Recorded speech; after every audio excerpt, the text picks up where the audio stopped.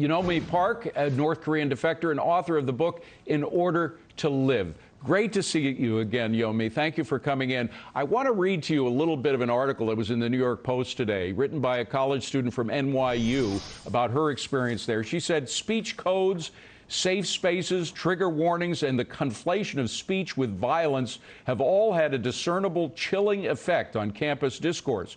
NYU ID cards even prominently display a bias report hotline to report any instances of offense. A bias report hotline. It sounds like something you'd hear in a police state, not like in the home of the free, right? Yeah, exactly. As she says in the article, that her experience isn't unique. I think this phenomenon is really everywhere, especially in the Ivy League education system in America. That it really reminded me of that. In North Korea, you just don't know who is listening, right? Your neighbor can be spy. And now I see more and more I've been only living in this country for the last 5 years. Even 5 years ago, it wasn't this bad, I think. I remember. Now, really, you have to watch out who's racist, who says what. And now you have to report on them. And this is how authoritarian regimes create distrust between people.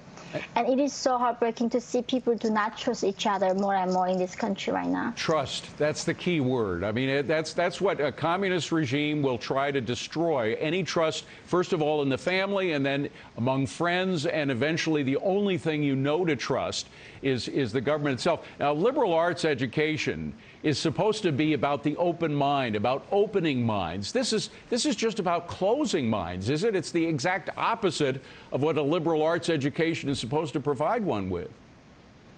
It was just a complete lying and brainwashing. I remember that Columbia promised to produce the people, the thinkers who knows how to think. But when I also went there, they taught me what to think. And that's indoctrination, that's a brainwashing. And you literally now in America going to these universities to be brainwashed. And a lot of people choose to be brainwashed in some ways. Now, your book is a frightening book to read. I got to warn readers, but also encourage them to get your book. In Order to Live really specifically details how horrific, what an other universe North Korea is. So we've got a fairly long way to go before we get there. But are you really concerned that we could end up where you came from the North Korean hell?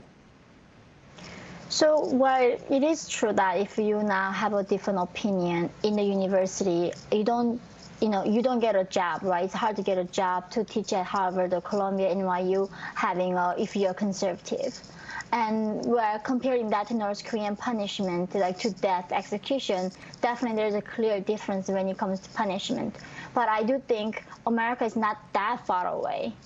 It is unthinkable that people censor ourselves in this country. And also, now you lose your jobs. And if you have these views, you get platforms go away, you get canceled. And I think then this only narrative that's being exposed to us is one narrative, one single narrative that is all about how we have to be politically correct. Yeah. Then we are going to have a next generation to not know what is the alternative way of thinking. And that's how we become like North Korea eventually. And of course, the worst thing is that it begins in elementary school. And that's another thing that totalitarian countries do. They start right away separating the kid from the parents and treating them as animals, essentially training them to have certain political beliefs. It's extraordinary that it's happening here. Very quickly, we got to run, but can we get out of it, do you think, before it's too late? Well, that's it. If we don't have hope, what's the alternative? We gotta keep fighting no matter what. It doesn't really matter what the result's gonna be. Only option we have is now fighting back. Yeah, and as your book describes eloquently, hope is what keeps you alive. It's certainly what kept you alive during your struggles. Thank you again for being here. The book is In Order to Live. Yeonmi Park, thank you again. Appreciate seeing you. Thank you, David. Well,